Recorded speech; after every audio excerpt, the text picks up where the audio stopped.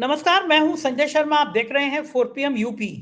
हमारा national channel सरकार ने बंद करा दिया, डर गई है। और जब सरकार के मंत्रालय के अफसरों ने मुझसे वीडियो कॉन्फ्रेंसिंग करी, जब मैंने उनको नोटिस दिया था, तो क्या कह रहे हैं कि आप अमेरिका के लिए ऐसा क्यों बोल रहे हैं, आप ईरान के पक्ष में क्यों बोल रहे हैं। मैंने कहा, क्या गोदी मीडिया समझ रखा है आपने? मतलब भारत सरकार का सूचना प्रसारण मंत्रालय तय करेगा कि हम क्या बोलेंगे क्या नहीं बोलेंगे। ये सारे भी चैनल बंद कर दो, हम चौराहे पे बोलेंगे, डंके की चोट पे बोलेंगे, तो भाग खड़े हुए। आप सोचिए सरकार कितना डरी हुई है अमेरिका से, इस बात के चैनल बंद कर दे रही है। जा रहे हैं हम कोर्ट में, लड़ेंगे कोर्ट में, देखेंगे कि न्याय मिलेगा या नहीं मिलेगा। राजीव नारायण शर्मा जी के शो का आप सबको इंतजार होगा। राजीव जी की गजब ब्रांडिंग चल रही है पूरी दुनिया में। ईरान के दूतावास में उनको बुलाया गया। ईरान के लोग दीवाने हैं। राजीव जी की भविष्यवाणियां क्लिप कर करके भेज रहे हैं, वो ईरान में चल रही हैं। ईरान में क्या वाकई में अमेरिका की बैंड बज गई? ट्रंप पर क्या होने वाला है, राजीव जी ने इस शो में कहा दिया बहुत जबरदस्त तरीके से। मैं सीधे लेके चलता हूं राजीव जी के पास, लेकिन उससे पहले एक अनुरोध आपसे कि एक नया चैनल मस्ती का शुरू किया है, जज संजय। ये जो लोगो देख रहे हैं आप, ये जज संजय का है। इस जज संजय को आप प्लीज सब्सक्राइब कर दीजिए, मजा आएगा आपको मेरी बात सुनने के। और एक और बड़ी खुशखबरी, स्वानंद किरकिरे, आपने सबने नाम सुना होगा। ये फोटो देख रहे हैं आप। मैंने इनसे कहा कि सर मेरे घर में तलाक हो जाएगा, मैं 3 महीने से आपका गाना मेरी जान रात के 3-3 बजे तक सुनता रहता हूँ। स्वानंद सर मुझसे बोले कि तुम 3 महीने से सुन रहे हो, मैं 3 साल से तुम्हारा शो सुनता हूँ। ननकू तो मुझे बहुत पसंद था, तो पता नहीं तुमने क्यों बंद कर दिया। मैं हैरान। मुझसे मिलने आए, मैंने उनसे पूछा सर कभी आपका लखनऊ में शो हुआ? बोला नहीं। मैं कहा मैं कराता हूँ। तो 4 अप्रैल को लखनऊ में दयाल लॉन्स में अंसल में स्वानंद किरकिरे जी का शो करा रहा हूं। ये पड़ोस में आप देख रहे हैं स्वानंद किरकिरे जी का। नेट पे सर्च करिए, दीवाने हो जाएंगे आप। आपने सबने 3 इडियट पिक्चर सुनी होगी। बहती हवा सा था वो गाना, मेरे मन वाला गाना। ओरी चिरैया नन्ही चिरैया, एक से एक शानदार गाने पिक्चरों के स्वानंद किरकिरे जी ने लिखे हैं। अंतरराष्ट्रीय ख्याति प्राप्त इन लेखक हैं, कवि हैं, गायक हैं और इंसान बहुत अच्छे हैं। बाबरा मन लेके चला, आज एक से एक शानदार गाने हैं। तो स्वानंद किरकिरे जी का शो 4 अप्रैल, डेट बुक कर लीजिए, बुक माई शो पे सीट बुक कर लीजिए। क्षमा चाहता हूं कि बहुत कम सीटें हैं, चूंकि प्रोग्राम लिमिटेड कराना चाहता हूं, तो जो पहले टिकट मिल जाएगा ले लेगा, मैं वो मेरे प्रोग्राम में शामिल हो पाएगा।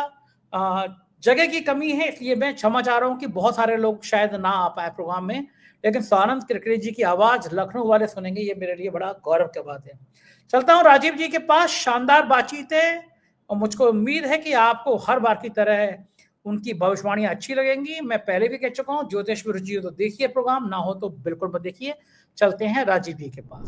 4 PM न्यूज में बहुत बहुत स्वागत है राजीव जी आपका।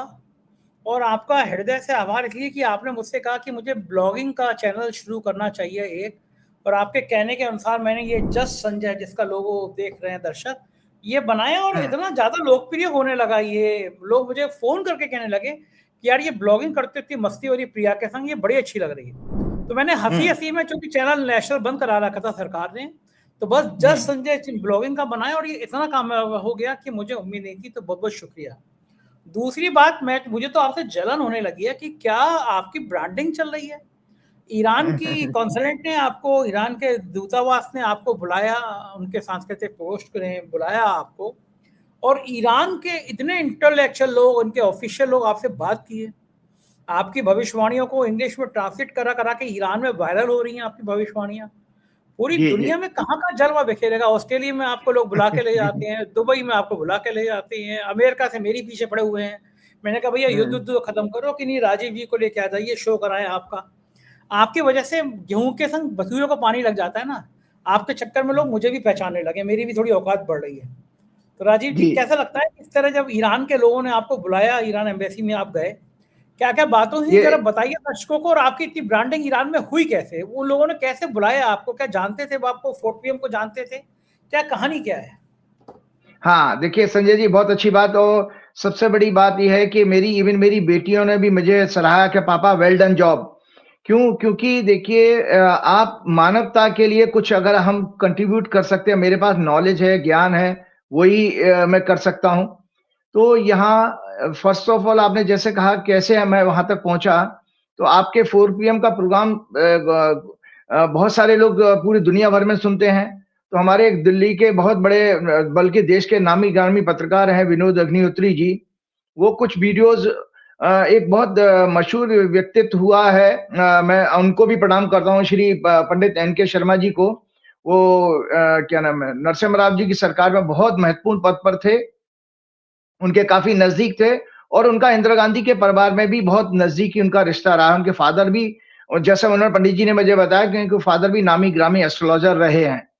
हाँ, मुझे तो भी वो भी फ़ोन मेरा मेरे की बातचीत होती रहती है, शर्मा जी मुझे वो हौसला बढ़ाते रहते हैं मेरा, आते रहता है फ़ोन, बहुत ओहो! अच्छे अच्छा, इंसान अच्छा, हैं, अच्छा। हाँ, बहुत बहुत अच्छे अच्छे इंसान इंसान हैं। तो इस तरह से विनोद जी ने उनको भेजा, उन्होंने वहाँ आगे भेजा, तो इस तरह मेरी मीटिंग हुई, तो मैं पीछे मुझे बॉम्बे जाना पड़ा था, आपसे नहीं मिल पाया था मैं। तो मेरी मीटिंग उस समय थी और उन्होंने पंडित जी ने बाद में मेरे ईरान की विज़िट के बाद में कल्चरल एम्बेसी जो है उनकी कल्चरल सेंटर, वहाँ पे विज़िट के बाद में उन्होंने मुझे कॉम्प्लीमेंट भी दिया था बहुत सुंदर। तो पहले तो मैं वो दोनों तीनों पिक्चर्स आपके ऑफ़िस में बोलूँगा कि वो पिक्चर्स ज़रूर दिखाएँ, कि जहाँ पर मैं जो वहाँ के अयतुल्ला थे, जो स्पिरिचुअल हेड हैं इंडिया में, उस कल्चरल सेंटर के, वो इंडिया को मतलब ईरान को रिप्रेज़ेंट कर रहे हैं। उनके साथ मेरी 1 टू 1 मीटिंग हुई। उनको हिंदी नहीं आती है, उनको फ़ारसी आती है या अंग्रेजी में बोल सकते हैं वो। दूसरा, आपके कुछ बड़े पत्रकार भी आपके देश के थे, उसमें आबिद दुबे जी थे, आपका आशुतोष जी थे, विनोद जी तो थे ही। तो इस तरह से उन लोगों के साथ मेरा मिलने का मौका मिला, उनके साथ भी मेरी फ़ोटो सब लोगों के साथ हुई है। तो हुआ विषय ये था संजय जी कि उस प्रेडिक्शंस के बेस पर, वहाँ पर जो पंडित जी ने जो चीज़ें आगे बात की, तो एक इंटरेस्टिंग पॉइंट मैं दर्शकों आपको बताना जा रहा हूँ कि जर्नलिस्ट तो अपना काम करने गए थे, कुछ लोगों को अपना इंटरव्यू लेना था, बाइट लेनी थी, जो भी था।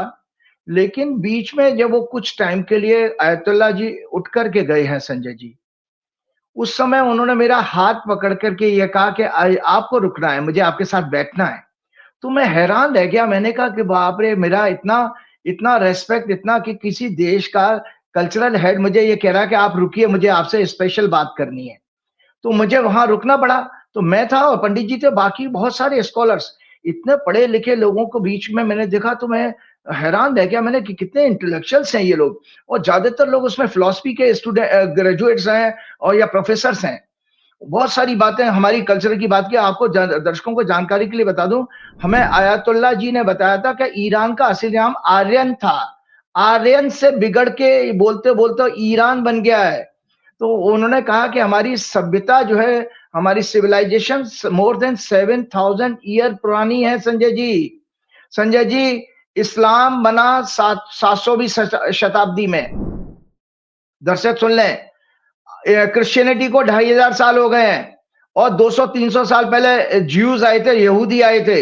इसका अर्थ है आपका ईरान के साथ रिलेशन इन सारे तीनों रिलीजन के आने से पहले हुआ है। 7,000 मतलब आपका महाभारत के से भी पहले चले गए, क्योंकि ऐसा माना जाता है कि भगवान कृष्ण 5,000 साल पहले हुए थे, तो उससे पहले चले गए।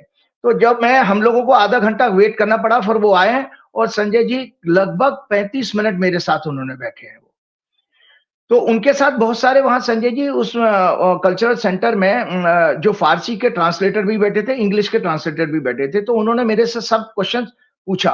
और आप बिल्कुल बात ठीक कह रहे हैं कि बकायदा सारी मेरी बातचीत की एक रिपोर्ट बना करके ईरान में टॉप लीडरशिप को ईरान भेजी गई है।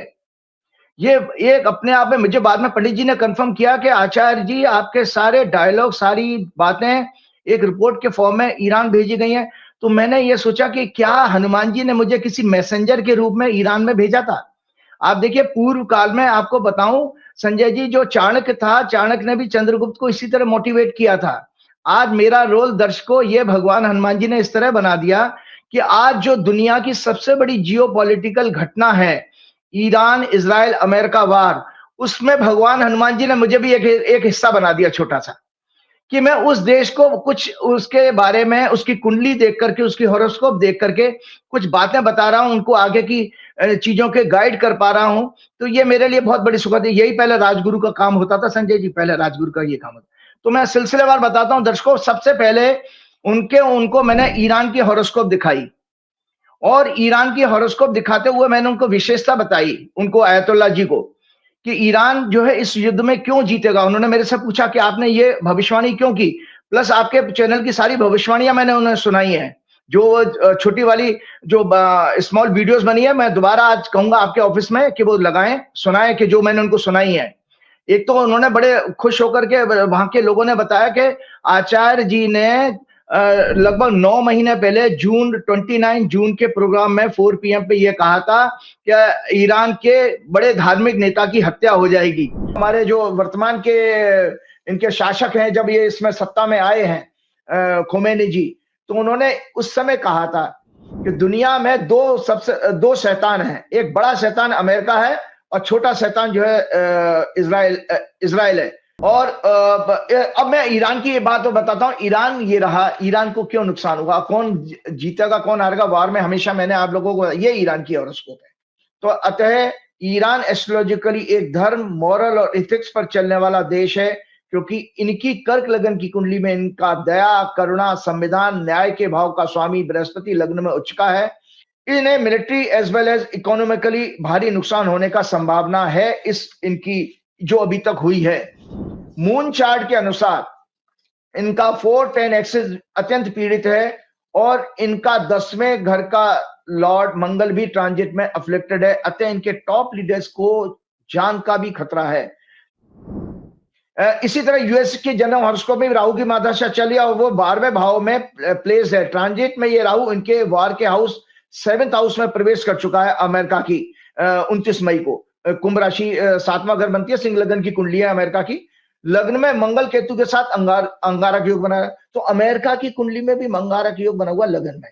इसीलिए इन ग्रहों योग के आधार पर ये ऐसा योग बन रहा है कि अमेरिका इस वॉर में जरूर एंटर करेगा, इन्वॉल्व होगा।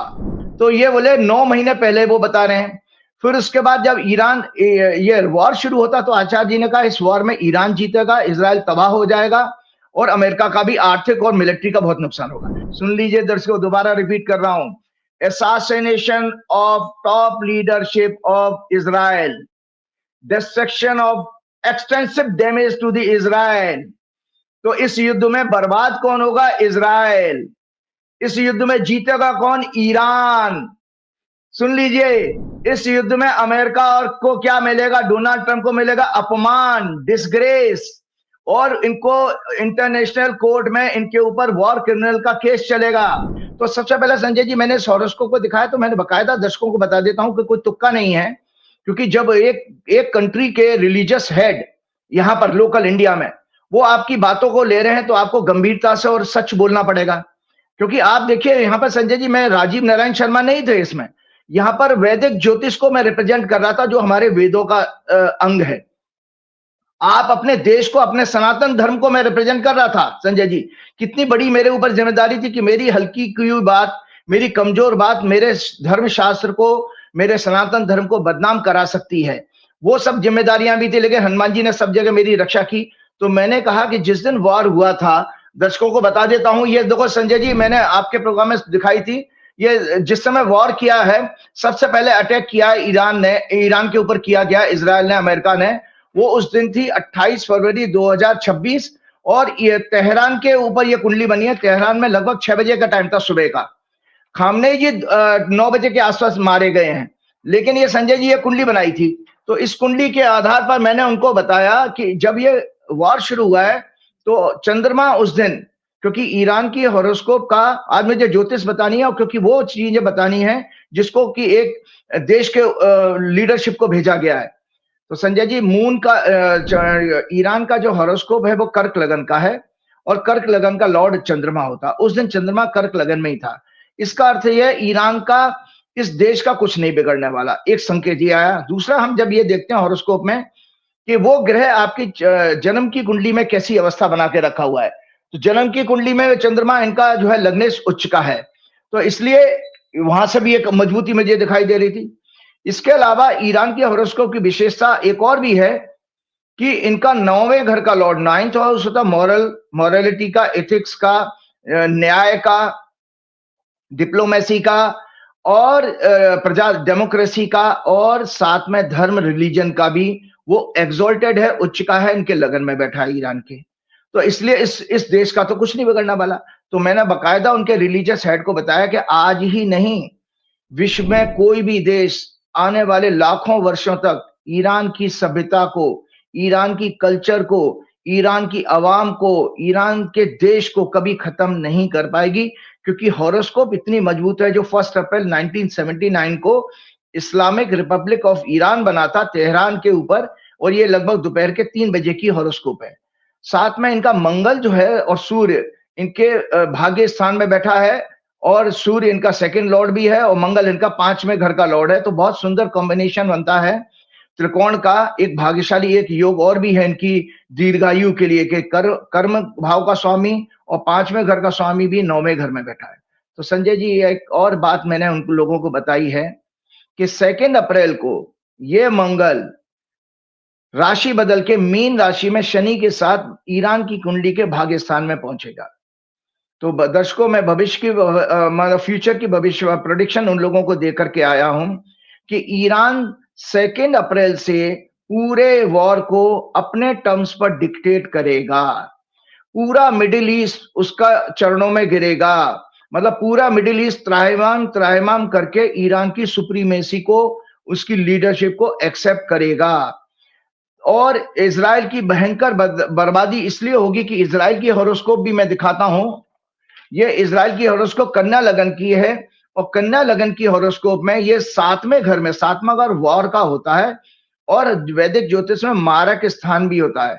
मारक स्थान में शनि और मंगल का आ जाना कन्या लगन के लिए, कन्या लगन के लिए शनि 6वें घर का लॉर्ड भी है और मंगल 8वें घर का लॉर्ड है। 8वां घर होता है मृत्यु का।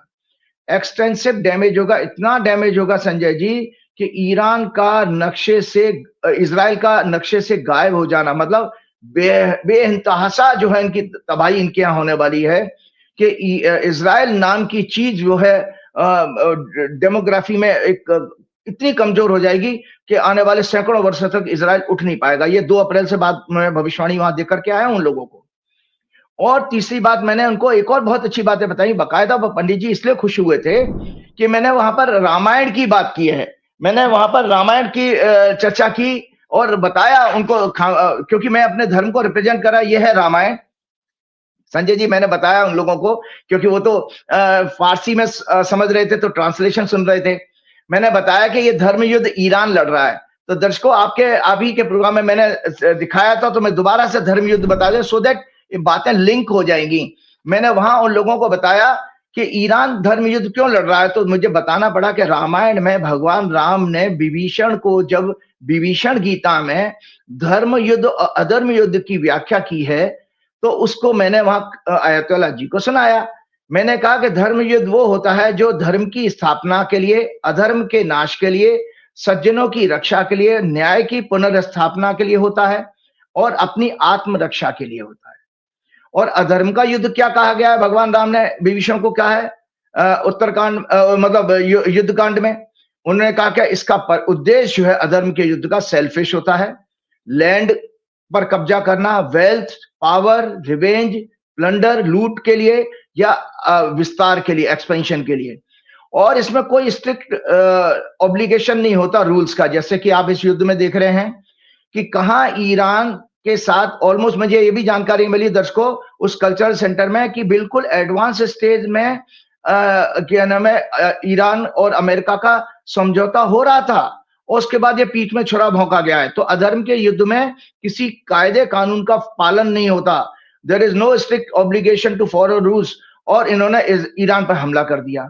और अधर्म के युद्ध में यह भी कहा जाता है कि इनोसेंट पर हमला नहीं करना, वहां आपने 180 से ज्यादा बच्चियों को मार दिया है लोगों ने। और ये अधर्म के युद्ध में कहा जाता है वायलेंस होगी, डिसेप्शन होगा, धोखा होगा, बिट्रियल होगा, अटैकिंग द इनोसेंट। तो ये सब चीजें इजराइल और अमेरिका ने की हैं। तो मुझे उनको बताना पड़ा कि भाई ये अधर्म का युद्ध इजराइल और अमेरिका लड़ रहे हैं। इसलिए हमारे एक और ग्रंथ मैंने उनको दिखाया था संजय जी, ये गीता भी लेके गया था, देखिए संजय जी गीता भी दिखाई है। और गीता को कोट करते हुए कहा, भगवान ने ये कहा, जो गीता का बकायदा श्लोक भी मैंने कोट किया उनको, गीता का चैप्टर 4 का श्लोक, यदा यदा ही धर्मस्य ग्लानिर्भवति भारत अभ्युत्थानम धर्मस्य तदात्मनम सृजाम्यहम्। भगवान कहते हैं, अर्जुन, जब जब धर्म की हानि होती है, righteousness is on the decline, और अधर्म की वृद्धि होती है, इमोरलिटी इंक्रीजेज, तब मैं अपने रूप को रचता हूं। तो मैंने जानते हो संजय जी कहा कि अयातुल्ला खामनेई जी की जो शहादत हुई है, ये इसी का इस गीता के संदेश को पूरा करती है। और संजय जी मैंने एक और चीज वहां पर व्याख्या की थी, क्योंकि मैं अपने सनातन धर्म को रिप्रेजेंट कर रहा था। मैंने कहा महर्षि दधीची ने जब राजा इंद्र एक बार राक्षसों से युद्ध हार गए थे, तो उनको एक ऐसे धनुष की क्या नाम है, दैवीय धनुष की जरूरत पड़ रही थी, जिसको कि ये उनको बताया गया कि दधीची की अगर शरीर की हड्डियों से वो धनुष बनाया जाए तो उससे आप राक्षसों को पराजित कर सकते हो। तो जब इंद्र दधीच महर्षि दधीच के पास पहुंचे, तो उन्होंने बहुत स्वेच्छा से खुश होकर के अपना शरीर त्याग कर दिया।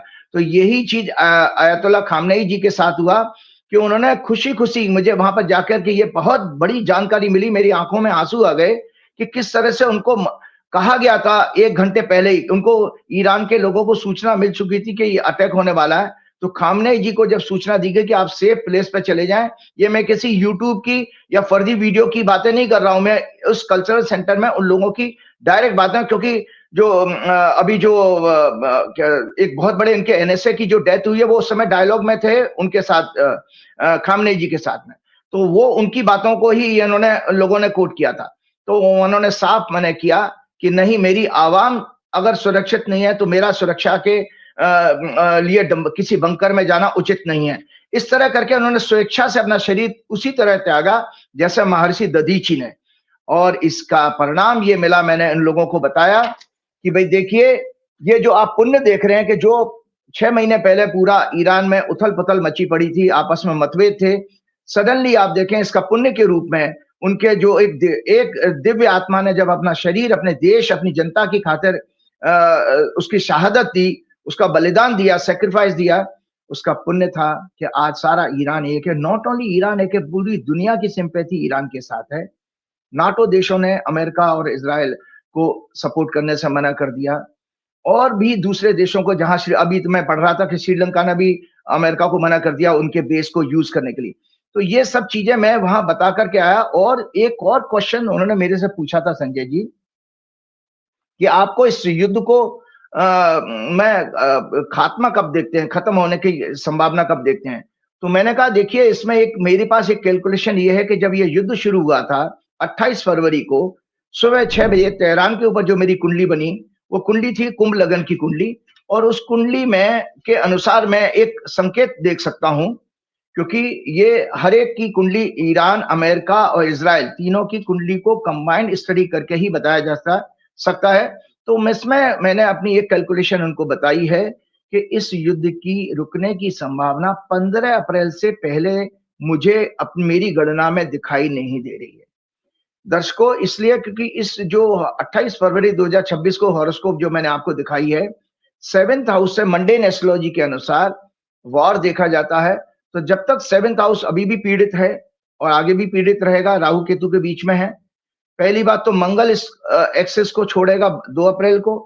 साथ में जब 7th लॉर्ड किसी तरह इंप्रूव होगा, सूर्य 7th लॉर्ड है सूर्य, तो तब जाकर के वो 15 अप्रैल के बाद जब सूर्य मेष राशि में जाएगा, तब मुझे वहां दिखता है कि ये इस वॉर में कोई समझौते की कंडीशन तैयार होंगी और वॉर खत्म होता हुआ दिखाई देगा। ये इस तरह की बातें बता के आया। और एक और मैंने बात उन लोगों को बताई थी, मैंने बाकायदा नेतन्याहू की हॉरोस्कोप भी उनको दिखाई है, जो नेतन्याहू जी की हॉरोस्कोप है।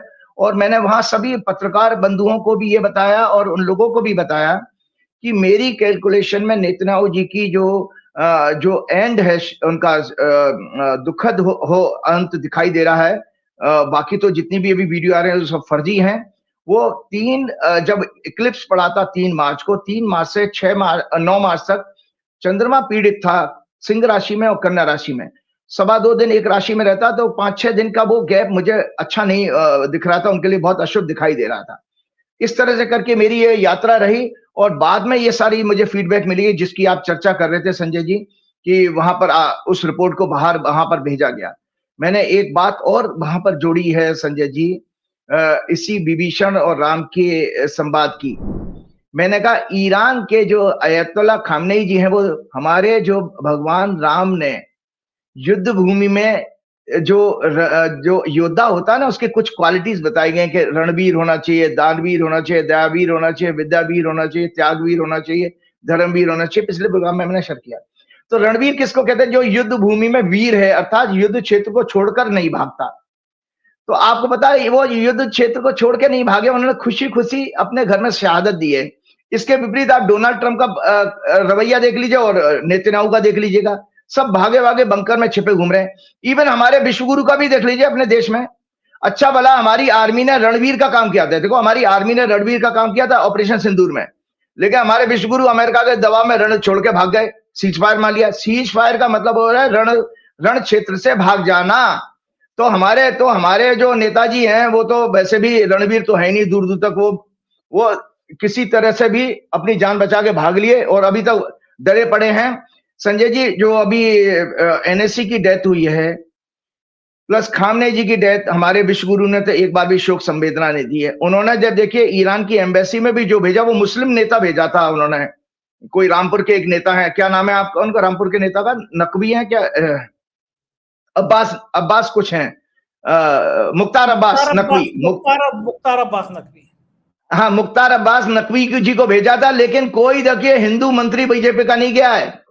इनको उस देश से पता नहीं क्या नफरत है, जो कि आपकी कल्चरल सिविलाइजेशन सभ्यता आपकी जुड़ी हुई है, कॉमन है, और वो आपका परम मित्र रहा है हमेशा से, पूरे एंशियंट टाइम से। चलिए खैर वो अब उनका मुकद्दर है, हम मोदी जी की और उसकी बातों पे अब कितना जाएंगे।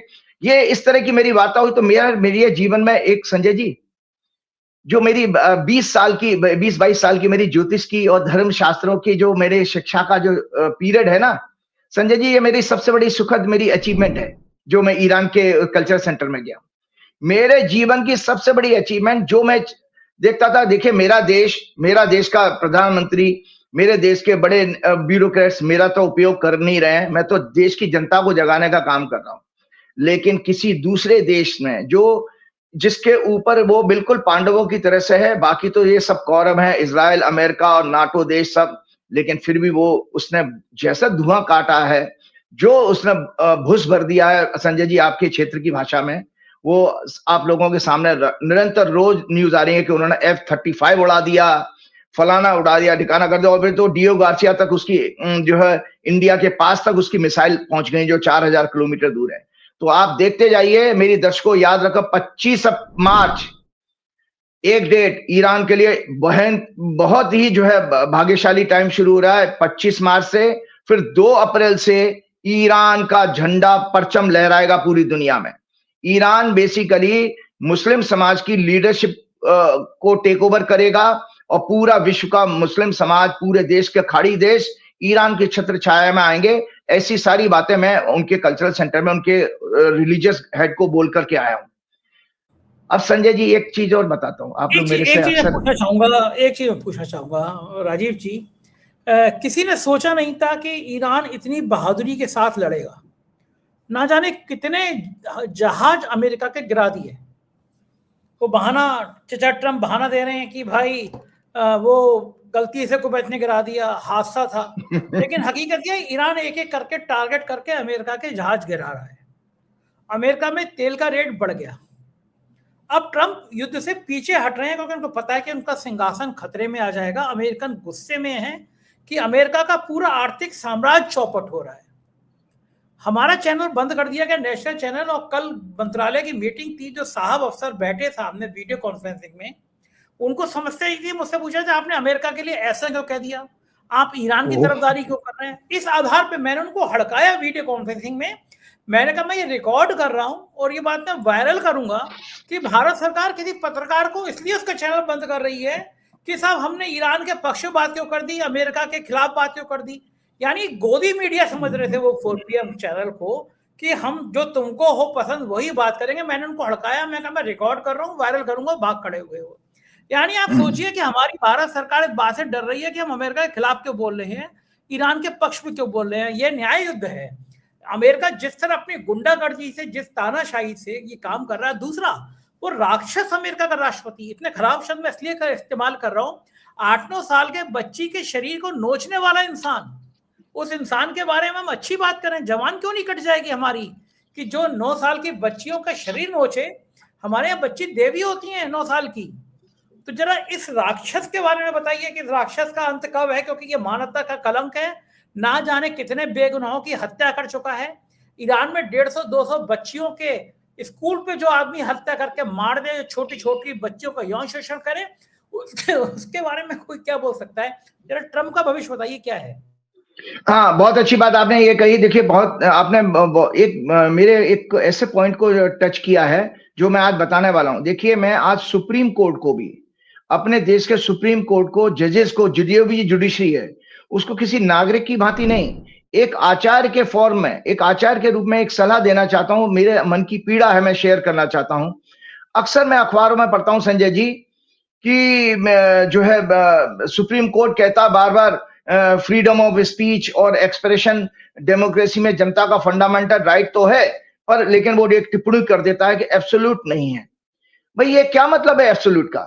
आप कौन हैं? आप सुप्रीम कोर्ट के जज हैं। किसके पैसे से आपकी सैलरी जा रही है? इन पीएम की सैलरी किसके पैसे से जा रही है? इन प्रेसिडेंट की सैलरी किसके पैसे से जा रही है? आर्मी चीफ की सैलरी किसके पैसे से जा रही है? ये देश के सारे खर्चे किसके पैसे से निकल रहे? हमारी आम जनता के पैसे से। इसका मतलब है डेमोक्रेसी में राजा तो हम हैं। तो हमारी आप कौन होते हैं? हमारे वर्ड्स पर, हमारे freedom of speech, freedom of expression को एब्सोल्यूट नहीं है ये कह करके, उसको कर्टेल करके, उसको छोटा करके, उसको कमजोर करने वाले। मैं इन जजेस को ध्यान आकर्षित करना चाहता हूं कि रामायण काल को ध्यान में रखें, क्योंकि भगवान राम का, प्रभु राम का कल 27 तारीख को प्रभु राम का जन्मदिन है, रामनवमी आ रही है। हमारा प्रोग्राम 22 को है, चल रहा है। तो मैं इसलिए बताना चाहता हूं कि आज मैं बताना भी चाहूंगा कि रामराज क्या है और राम क्या थे, और राम ने जो राक्षसों के गुण बताए वो क्या, मैं आज सारे आप लोगों को बताऊंगा इसी संदर्भ में। तो मैं रामायण काल को, जजों को कहना चाहता हूं कि ध्यान में रखें, जब जनता के एक साधारण आदमी ने भरी राज्यसभा में भगवान राम से सीता के सतीत्व पर, मतलब उनकी जो फेथफुलनेस है, उनकी चेस्टिटी है, उसके ऊपर प्रश्न चिन्ह लगाया, तब श्री राम ने ये तो नहीं कहा कि फ्रीडम ऑफ स्पीच और एब्सोल्यूट नहीं है। उन्होंने जनता की बात मानकर सीता जी को आदेश दिया अपना सतीत्व सिद्ध करने के लिए।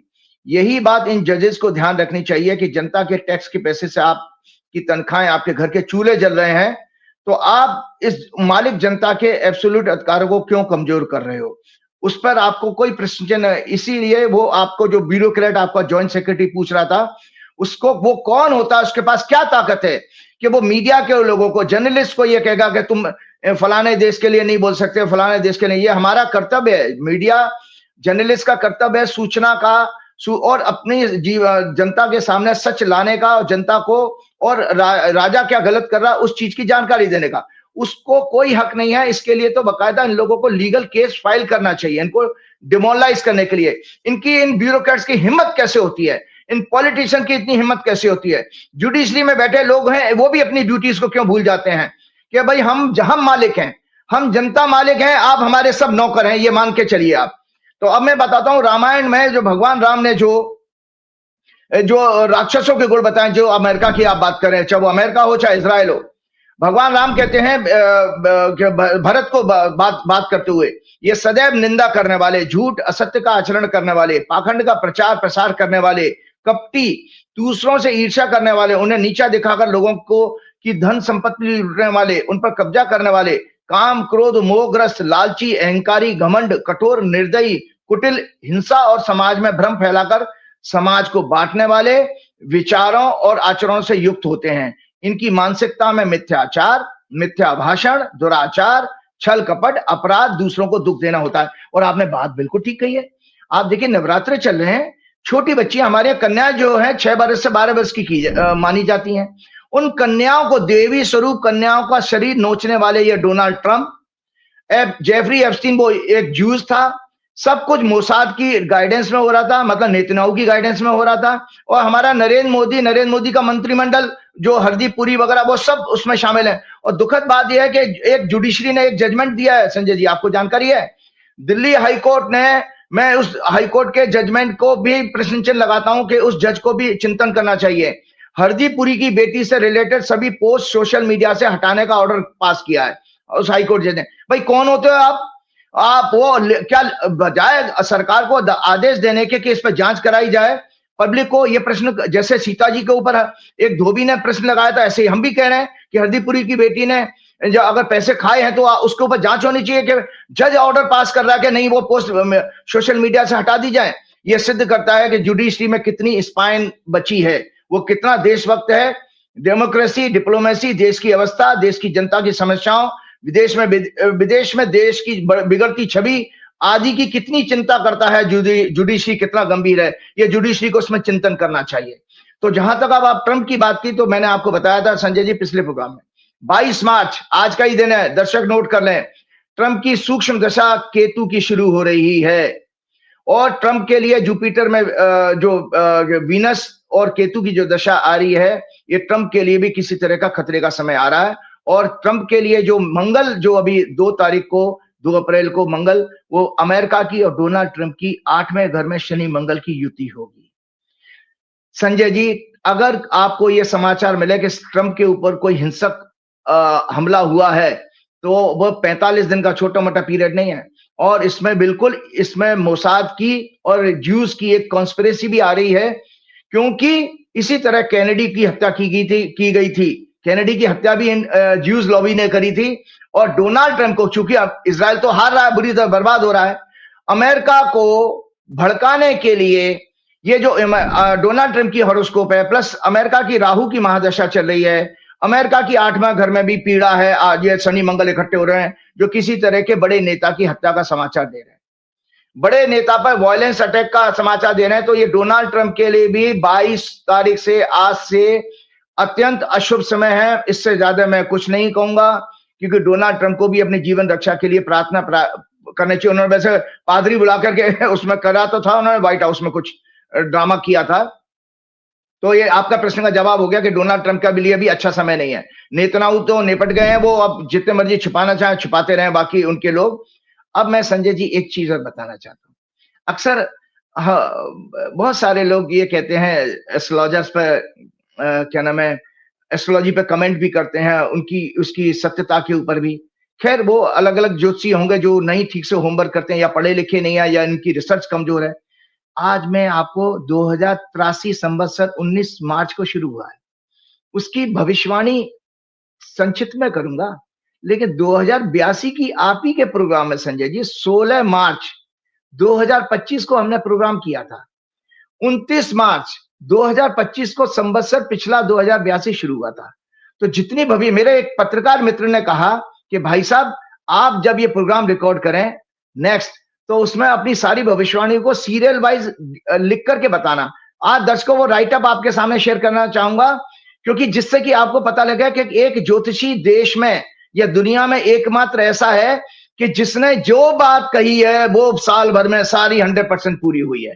तो संजय जी, सबसे पहले ये पिछले वर्ष की आपकी संवत्सर की कुंडली है, और ये सब इसके राइट अप है, मैं पेज आपके ऑफिस में सब भेज दूंगा, सो दैट किसी को ये शक ना हो कि राजीव जी ने अपने मनगढ़ंत इसमें शब्द जोड़ दिए हैं। तो मैं आज ये लिस्ट आपके सामने शेयर कर, ये है लिस्ट संजय जी। तो मैं जल्दी जल्दी पढ़ के सुनाता हूँ, ये शेयर तो करेंगे ही हम। लास्ट संवत्सर 2082 सिद्धार्थी नाम था जिसका, राजा और मंत्री उसका सूर्य था, जो 29 मार्च 2025 को शाम को 4:27 पर शुरू हुआ। उसकी सफल भविष्यवाणियां 16 मार्च 2025 के प्रोग्राम में रिटन भी सबमिट की गई थी। नंबर 1 उसमें भविष्यवाणियां थी, मैं सीरियल पढ़ते जाऊं। Number 1, rulers of the countries would be mentally disturb. Number 2, prosperity of corrupt and dishonest corporates, politicians, bureaucrats and others and distress to common people। मतलब ये जो करप्ट लोग हैं वो और ज्यादा पैसे वाले बनेंगे, चाहे वो नेता हो, चाहे वो कॉर्पोरेट के लोग हों, चाहे अधिकारी हों, पॉलिटिशियंस हों, लेकिन आम आदमी दुखी रहेगा। Distress to common people.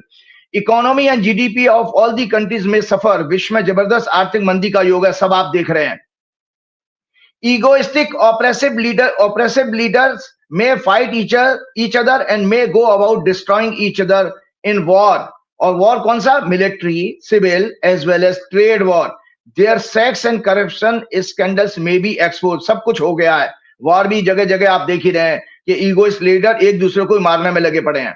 Severe earthquake, tragedies in hills and many more natural tragedy, वो भी आई। स्टॉक मार्केट के बबल्स फटेंगे, वो आप देखें। $7.4 ट्रिलियन अभी लास्ट वीक में एक दिन में ही उड़ गया था, जब अभी सेंसेक्स इंडिया का भी गिरा था। स्टॉक मार्केट के बबल्स फटेंगे, जनता, इन्वेस्टर, फाइनेंशियल इंस्टीट्यूशंस और बैंक्स को भारी लॉस होगा। उपभोक्तावाद, कंज्यूमरिज्म की मृत्यु होगी। लोगों के पास पैसे नहीं होगा तो आप खरीदोगे कहां से? उपभोक्ता मर जाएगा वैसे ही। लोगों की और कंट्रीज की परचेजिंग पावर घटेगी। इनकम, महंगाई, बेरोजगारी के कारण। कोविड पीरियड से संजय जी सुन लीजिए, ये आर्थिक मंदी कितनी भयंकर आने वाली है। ये जो तेल की क्राइस देख रहे हो, मैंने ये भविष्यवाणी की है लास्ट ईयर 10 को, इसलिए सुना रहा हूं। कोविड पीरियड से ज्यादा भयानक फाइनेंशियल डिस्ट्रेस, आर्थिक मंदी लंबे समय तक चलेगी, ज्यादा भयानक, कई डिकेड से ज्यादा सीवियर होगी। कई बैंक्स, फाइनेंशियल इंस्टीट्यूशंस में भी फेल्ड, उनके बंद होने का कारण बनेंगे। मंगल केतु के कारण ट्रेड वार चरम सीमा पर होगा। People's unrest may be widely spread to many countries which may be violent, may force to leaders to step down from their position। सत्ताएं परिवर्तन होंगी, सत्ता परिवर्तन होगा, युद्ध के हालात बनेंगे। नंबर 10, विश्व के सभी बड़े institutions like United Nation, BRICS, G7 महत्वहीन होकर के डिसइंटीग्रेट होंगे। अब आप बताइए, इस समय जब वार चल रहा है, किसी इंस्टीट्यूट, कोई इंटरनेशनल ऑर्गेनाइजेशन की बात कोई सुनी जा रही है? यूएन की कोई औकात रह गई है? कोई भी G7 की या ब्रिक्स की कोई औकात रह गई है? तो इसलिए वो भी मैंने भविष्यवाणी लास्ट ईयर की थी। दुनिया भर में आर्थिक संकट बढ़ेंगे, law and order, theft, and crimes, shooting incidents बढ़ेंगी। 12, विश्व में total harmony, brotherhood and peace would be disturb. वो भी आप देश देख रहे हैं, सारे देश में, दुनिया में बर्बाद हो चुकी है ब्रदरहुड और हार्मनी। नंबर 13, इंटरनेट के जरिए space and communication war, Sanjay ji, AI का वार। आप देख रहे हैं ना, कभी नेतन्याहू की कोई एआई की फोटो वीडियोस आ रही हैं, ये एआई का वार चल रहा है। वो भी मैं प्रेडिक्ट कर चुका हूं। इंटरनेट के जरिए space and communication war, bracket में एआई वार, डेटा थेफ्ट, साइबर क्राइम्स के द्वारा कई देशों की economy, governance, political leadership, military, defence and security को मैनिपुलेट किया जाएगा। नंबर 14, दर्शक ध्यान से सुने, ये आइटम आपको शेयर किया जा रहा है। Death of national rulers, death of national rulers, presidents, PM, top leadership, ministers and other dictators, destruction of states. किसी राज्य का बर्बाद होना किस तरह देखा जाता है? देशों की मिलिट्री, सिविल, फाइनेंशियल कैपेसिटी की बर्बादी, death of important scientist, strategist and destruction of oil and gas sector. Sanjay ji, ये भी मैंने भविष्यवाणी की है। Destruction of oil and gas sector, वो आपके सामने सब हो रहा है। Automobile, pharma, communication, manufacturing sectors. Number 15, foreign power में influence the politics, governance, economy of many countries through secret plots, spies and conspiracy. Venezuela का आपने देखा ही था कि कैसे अमेरिका ने उठा लिया उसको रातों रात। Number 16, worst year for US economy. America के लिए भी भविष्यवाणी की थी। Worst year for US economy, stock market as a whole, USA may face severe recession, high inflation, employment crisis. Many policies of Donald Trump with malignant intentions may be backfired. Challenged in the court of law, it will be very, very difficult for him to run the country because of public protests, judicial interventions. People may protest across the USA against his many policies. 18, Trump administration may suppress media independence coverage and may try to confuse, misguide the people and entire world with fake news, false narratives and propaganda war. 19, Trump may work ruthlessly with egoistic, oppressive and aggressive attitude. He will be known as trade tariff war dictator. His madness and attitude will severely disturb the social harmony in the USA as well as in the world. ये सब मैंने last year की prediction सुना रहा हूं मैं आपको। भारत में मोदी सरकार की कई पॉलिसीज भी कोर्ट में चैलेंज की जाएंगी। Worst year for stock market Bharat के लिए, लास्ट ईयर मैंने प्रेडिक्ट किया था। ट्रेड, इकोनॉमी एंड करेंसी, बेरोजगारी, महंगाई के कारण डोमेस्टिक अनएम्प्लॉयमेंट बढ़ेगी। मेन स्ट्रीम मीडिया मोदी सरकार की गुलाम बनकर देश, देशवासियों और पूरे विश्व को गुमराह करेगी। Prominent people, corporate leaders, ministers, bureaucrats, media personalities, glamour world के लोगों के सेक्स और करप्शन के स्कैंडल्स एक्सपोज होंगे। ये मैंने इंडिया के बारे में भी भविष्यवाणी की थी। थर्ड हाउस इंडिया की कुंडली के अनुसार पाप ग्रहों से पीड़ित होने के कारण पड़ोसी देशों से संबंध खराब होंगे और युद्ध के हालात पैदा होंगे। ये हमने ऑपरेशन सिंदूर के टाइम में सब कुछ देख लिया। तो इस तरह से मैंने आप लोगों को ये जानकारी दी कि जो 2082 के लास्ट ईयर संवत्सर सिद्धार्थी की मैंने भविष्यवाणी की, ये 22 पॉइंट है। आप इसको क्लोजली वॉच करके देखिएगा कि एक ज्योतिषी ने कितना मेहनत और कितनी रिसर्च के साथ में ये चीज किया। अब मैं आता हूं संजय जी आज का आने वाले संवत्सर की थोड़ी सी ब्रीफ में, डिटेल में फिर अगले प्रोग्राम में करूंगा। ये संजय जी ये संवत्सर 19 मार्च को शुरू हुआ है, अभी ये करंट 19 मार्च को 6:52 पर शुरू हुआ है और ये मीन लगन की कुंडली है। चंद्रमा, सूर्य, शनि, शुक्र लगन में, बृहस्पति चौथे घर में, केतु छठवें घर में, मंगल, राहु, वक्री बुध 12वें भाव में, जो बहुत अच्छा संकेत नहीं दे रहे हैं। और इसकी थोड़ी सी जानकारी दे दूं कि ये चैत्र शुक्ल पक्ष प्रतिपदा को विक्रम संवत 2083 जो आरंभ हो रहा है, ज्योतिष शास्त्र के अनुसार इसका नाम रौद्र है, रुद्र से बना है। इसका राजा देवगुरु बृहस्पति और मंत्री मंगल है। ये उत्तरा भाद्रपद शनि नक्षत्र मीन लग्न मीन राशि में शुरू होगा। लग्नेश गुरु जो इस संवत्सर के राजा भी हैं, 4th हाउस में अपने शत्रु की राशि मिथुन में है, जिसका स्वामी बुध, वक्री, राहु, केतु और मंगल से हॉरोस्कोप के 12वें भाव अर्थात विदेश, लॉस, ह्यूमिलेशन, जेल, डिस्ग्रेस में है। मंत्री मंगल राहु के नक्षत्र में, राहु के साथ हॉरोस्कोप के 12वें भाव में, 4th लॉर्ड 7th लॉर्ड बुध के साथ है। यद्यपि संवत्सर का राजा भी अपनी 9th एस्पेक्ट से इसे देख रहा है। हॉरोस्कोप के तीसरे और 7 में दोनों पर शनि मंगल की साइमल्टेनियस एस्पेक्ट है। लग्न भी 11th Lord 12th Lord Shani से पीड़ित है और 5th लॉर्ड चंद्र, 6th लॉर्ड सूर्य भी, 4th house Jupiter, 6th house Ketu. रौद्र संवत्सर का नाम रुद्र शिव के उग्र रूप से संबंध रखता है, जो उग्रता, तीव्रता और परिवर्तन का प्रतीक माना जाता है। Symbolising intensity, fierceness and transformation.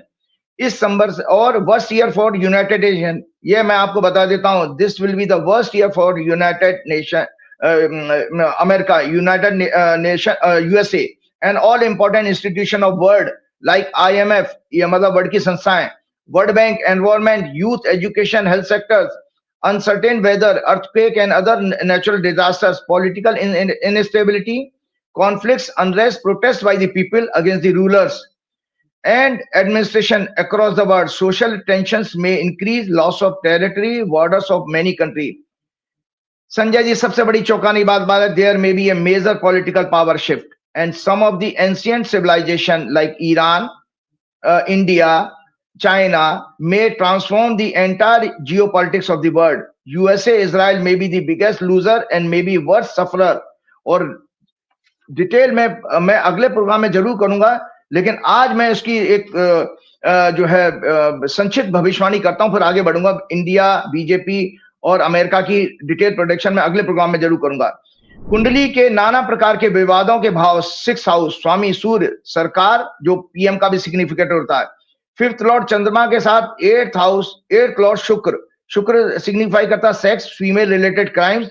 12th Lord होता है विदेश, हानि, अपमान, डिस्ग्रेस, षड्यंत्र। शनि के साथ लग्न में है और लग्न में इन्फ्लुएंस है 6th Lord, 8th Lord, 12th Lord का, अतः विदेशी षड्यंत्र। ध्यान से सुन लीजिए, करंट संवत्सर में विदेशी षड्यंत्र, sex, corruption, money laundering, jail, tariff के कारण देश में, भारतवर्ष में सत्ता परिवर्तन का योग है संजय जी। और कब कौन सा पीरियड खराब है? April to July 2026 is very very dangerous for our government. पूरे वर्ष राजनीतिक आर्थिक अस्थिरता बनी रहेगी। शेयर मार्केट के लिए भी बहुत अशुभ है। 2nd Lord, 9th Lord and 12th house, media का कारक बुध भी 12वें भाव में पीड़ित है। आर्मी पर्सनल्स और आर्म सेक्टर्स के लिए भी भारी नुकसान का योग है। ये मैंने इस नए संवत्सर की आपको संक्षिप्त में भविष्यवाणी बताई है। डिटेल में मैं एक एक करके बताऊंगा, बड़ी भविष्यवाणियां हैं। अब मैं चलते चलते संजय जी थोड़ा सा रामायण के ऊपर बात करूं, क्योंकि प्रभु श्री राम का जन्म है। तो संजय जी, प्रभु श्री राम दशरथ के पुत्र, भगवान विष्णु के 7वें अवतार। ये भागवत पुराण, विष्णु पुराण के अनुसार ये हमारा क्या नाम है, रामचरितमानस के दर्शन आप कर लें, उसके बाद हम जाएं। प्रभु श्री राम कौन थे दर्शकों? प्रभु श्री राम दया, करुणा, प्रेम, सहयोग, प्राणी मात्र का कल्याण करने वाले हैं। उन्होंने राजा होते हुए धर्म का सदैव पालन किया, अहंकार दमन नहीं किया और अपना महिमा मंडन भी नहीं कराया। ढोंग, पाखंड, क्रोध, छल, कपट, चुगली, निंदा, द्वेष भावना से कोसों दूर एक संत योगी, तपस्वी, बैरागी की तरह अति विनम्रता से शासन किया। उन्होंने कभी किसी का धोखे से शासन नहीं छीना। राम जी ने, जैसे आपके यहाँ सरकारें बदल देते ना वो MLA खरीद करके, और ना ही छल कपट अधार्मिक अनैतिक तरीकों से अपने शासन का विस्तार किया, एक्सपेंशन किया। उन्होंने राजा होते हुए भी सदैव मर्यादा, मॉडेस्टी का पालन किया और कभी भी अपने सामर्थ्य और शक्ति का अहंकार नहीं किया, राम जी ने। और इसके विपरीत आरएसएस, भाजपा, विश्व हिंदू परिषद, पाखंडी संत महात्माओं ने प्रभु श्री राम को धनुष ताने हुए दिखाकर एक हिंसक, अधर्मी, अहंकारी, दमनकारी राजा और भगवान दिखाने की और राजा और जो है एक गुंडे की तरह से सदैव भगवान को दिखाने की कोशिश की है। ये सनातन धर्म शास्त्रों में भगवान परमात्मा की छवि को बिगाड़ने का, विश्व में गलत रूप से दिखाकर पेश करने का, हमारे धर्म को और भगवान को पापी बताने का अपमान किया जा रहा है। और इसका इनको दंड इन पापियों को जरूर मिलेगा। चलते चलते राम राज क्या है? राम राज में अकाल मृत्यु, प्राकृतिक प्रकोप, समाज के सभी वर्गों, जातियों में भेदभाव नहीं किया जाता था, उनका शोषण नहीं किया जाता था, चोरी, महिलाओं, कमजोर वर्गों, दीन दुखियों पर अत्याचार नहीं होते थे। राजा अपनी प्रजा की सेवा बिना भेदभाव के करता था। लोग भय मुक्त होकर संवाद करते थे। डायलॉग आपकी तरह से नहीं, वो आपको जो जॉइंट सेक्रेटरी बकवास कर रहा था, भय मुक्त होकर संवाद करते थे। राजा से प्रश्न पूछते थे। Freedom of speech and expression, मतलब 100% थी, एब्सोल्यूट नहीं थी हमारे सुप्रीम कोर्ट की तरह से। राजा भी अपनी प्रजा से नियमित संवाद करके उनके दुख तकलीफों को जानकर उन्हें दूर करने का प्रयास करता था। राज्य में महामारी, रोग नहीं फैलते थे। ब्राह्मणों, आचार्यों, विद्वानों में ज्ञानियों का सदैव सम्मान होता था। सभी वर्ग, सभी प्राणी प्रसन्न चित्त, प्रेम के साथ आनंद में रहते थे। संजय जी 2 मिनट दीजिए बस, केवल लास्ट 2 मिनट। ऐसा हमारे शास्त्रों में कहा गया कि जब रामायण की हम व्याख्या करते हैं तो भगवान हनुमान जी स्वयं प्रसन्न होते हैं, प्रकट हो जाते हैं। आज हमारे इस प्रोग्राम में भी हनुमान जी का आशीर्वाद हमारे साथ है। तो इसलिए मैं संक्षिप्त में, क्योंकि ये मैंने आपको अक्सर प्रोग्राम में कहा है कि मेरा एक प्रोग्राम अब एक लेक्चर की तरह से हो गया जो इंस्टीट्यूशन में पढ़ाया जाएगा। हमारे बच्चे आज देखिए, उम्मीद नहीं कर सकते आप बच्चों से को रामायण को, गीता को हाथ लगाएंगे या भागवत पढ़ेंगे या कोई पुराण पढ़ेंगे। समय ही नहीं है उनके पास इतना। वो तो आजकल यूट्यूब पे छोटा सा कुछ देख लेते हैं, फिर कंफ्यूज हो जाते हैं। तो मैं जल्दी से एक बस उसके बाद ही समाप्त करना चाहूंगा, क्योंकि अगले प्रोग्राम में जो 29 तारीख को जो प्रोग्राम आएगा उसमें हनुमान जी की मैं कवरेज करूंगा। आज समय ज्यादा हो रहा है तो मैं सिर्फ रामायण को एक संक्षिप्त व्याख्या करते हुए आगे बढ़ जाऊंगा। वाल्मीकि रामायण, महर्षि वाल्मीकि ने तप के द्वारा ब्रह्मा जी का साक्षात दर्शन किया और रामायण को लिखने, उसकी काव्य रूप में है, का आशीर्वाद प्राप्त किया। वाल्मीकि जी के अनुसार श्री हनुमान जी नीति मतलब पॉलिसीज के मूर्ति स्वरूप थे। कूटनीति का भी उन्हें अपार ज्ञान प्राप्त है। वाल्मीकि रामायण में ऋषि ने 24,000 श्लोकों से युक्त रामायण काव्य की रचना की है। इसमें 7 खंड हैं। बाल खंड संक्षिप्त में बता रहा हूं, प्रभु श्री राम के जन्म के पहले से जन्म तक और फिर विवाह तक कुल 70 सर्ग हैं। वो जो जैसे हम सर्ग कहते हैं।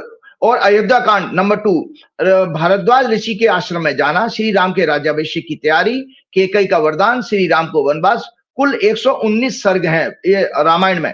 अरण्य कांड तीसरा, अरण्य कहते हैं जंगल को, इसमें 75 सर्ग हैं। श्री राम का अगस्त ऋषि के आश्रम में प्रवेश, पंचवटी में जटायु का मिलना, सूर्पणखा का आना, मारीच प्रकरण, रावण के द्वारा सीता का अपहरण, जटायु वध, सीता वियोग में श्री राम का विलाप, शबरी मिलन, ये अरण्य कांड में।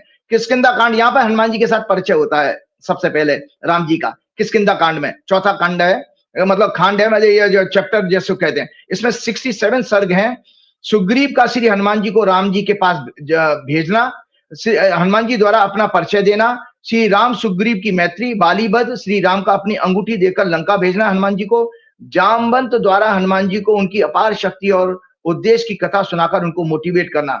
5वां है सुंदर कांड, इसमें जो अक्सर आप लोग पूजा पाठ में, आप प्रेयर में लेते हैं। इसमें 68 सर्ग हैं।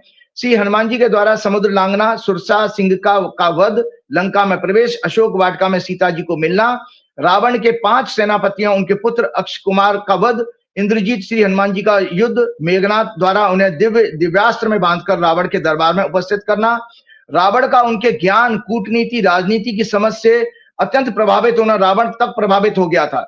और इसके बाद श्री हनुमान जी की पूंछ में आग लगाकर श्री हनुमान जी द्वारा लंका दहन, 9 ग्रहों को रावण की कैद से मुक्त कराना, श्री हनुमान जी का जामवान को लंका का वृतांत सुनाना और श्री राम को सीता जी का समाचार सुनाना, उन्हें उनकी चूड़ामणि देना। 6वां युद्ध कांड, इसमें 128 सर्ग हैं। श्री हनुमान जी की प्रशंसा श्री राम द्वारा करना, उन्हें गले लगाना, श्री राम रावण युद्ध, मेघनाथ सहित रावण और अन्य राक्षसों का वध, सीता जी के चरित्र पर श्री राम का संदेह, एक धोबी के कहने पर श्री राम द्वारा सीता जी को सतीत्व की परीक्षा देने का आदेश, श्री राम का विजयी होने के बाद अयोध्या में स्वागत, उत्तरकांड 7वां आखिरी। इसमें 111 सर्ग हैं। श्री राम के दरबार में महर्षियों का आगमन, उनसे बातचीत, राज्याभिषेक के बाद श्री राम ने सभी राजाओं, वानरों, रीछों को विदा किया। वाल्मीकि जी के आश्रम में सीता जी ने लवकुश नाम के 2 पुत्रों को जन्म दिया। श्री राम ने अश्वमेध यज्ञ किया, अनुष्ठान किए। वाल्मीकि ऋषि सीता जी और उनके दोनों पुत्रों को अयोध्या छोड़ने आए। सीता जी का पृथ्वी में समा जाना, काल के द्वारा ब्रह्मा जी का संदेश राम को प्राप्त होना और राम जी द्वारा अयोध्या से 1.5 योजन दूर पश्चिम की तरफ मुख करके सरयू नदी को दर्शन करना, उसमें प्रवेश कर जाना, अपना शरीर त्याग देना। श्री राम ने अपने सभी भाइयों सुग्रीव, वानरों तथा रीछों के साथ परम धाम जाने का निश्चय किया। विभीषण और श्री हनुमान जी को पृथ्वी पर रहने का आदेश दिया। श्री राम ने श्री हनुमान जी को अयोध्या का राजपाट और विभीषण को लंका का शासन चलाने का भी आदेश दिया। इसी के साथ हनुमान जी की प्रार्थना करते हुए हम अगले प्रोग्राम में बाकी बातें करेंगे। श्री गुरु चरण सरोज रज निज मन मुकुर सुधार, वर्ण रघुवर विमल जसु जो दायक फलचार, बुद्धिहीन तनु जान के सुमिरो पवन कुमार, बल बुद्धि विद्या देव मोह हरौ कलेश विकार। जय श्री राम, जय हनुमान। बहुत शुक्रिया राजीव जी, बहुत शुक्रिया। ये तो राजीव नारायण जी। और फिर मैं आपको याद दिलाना चाहता हूं, अंतरराष्ट्रीय स्तर पर अपनी ख्याति प्राप्त कर चुके स्वानंद किरकिरे जी। ये लोगो आप देख रहे हैं, लखनऊ में आ रहे हैं 4 अप्रैल को। बुक माई शो पर टिकट है, बहुत कम सीटें हैं। आज ही अपनी सीट बुक करा लीजिए। एक शानदार गाना, बहती हवा सा था वो, ओरी चिरैया नन्ही चिरैया, और तमाम बड़े बड़े गाने उन्होंने गाए हैं। ये 3 घंटे 4 अप्रैल को आपकी जिंदगी में आप भूल नहीं पाएंगे। सीटें कम हैं तो बुक माई शो पर जाइए, आज ही अपनी सीट बुक कराइए। बताइएगा राजीव जी का ये प्रोग्राम कैसा लगा। शुक्रिया, थैंक यू।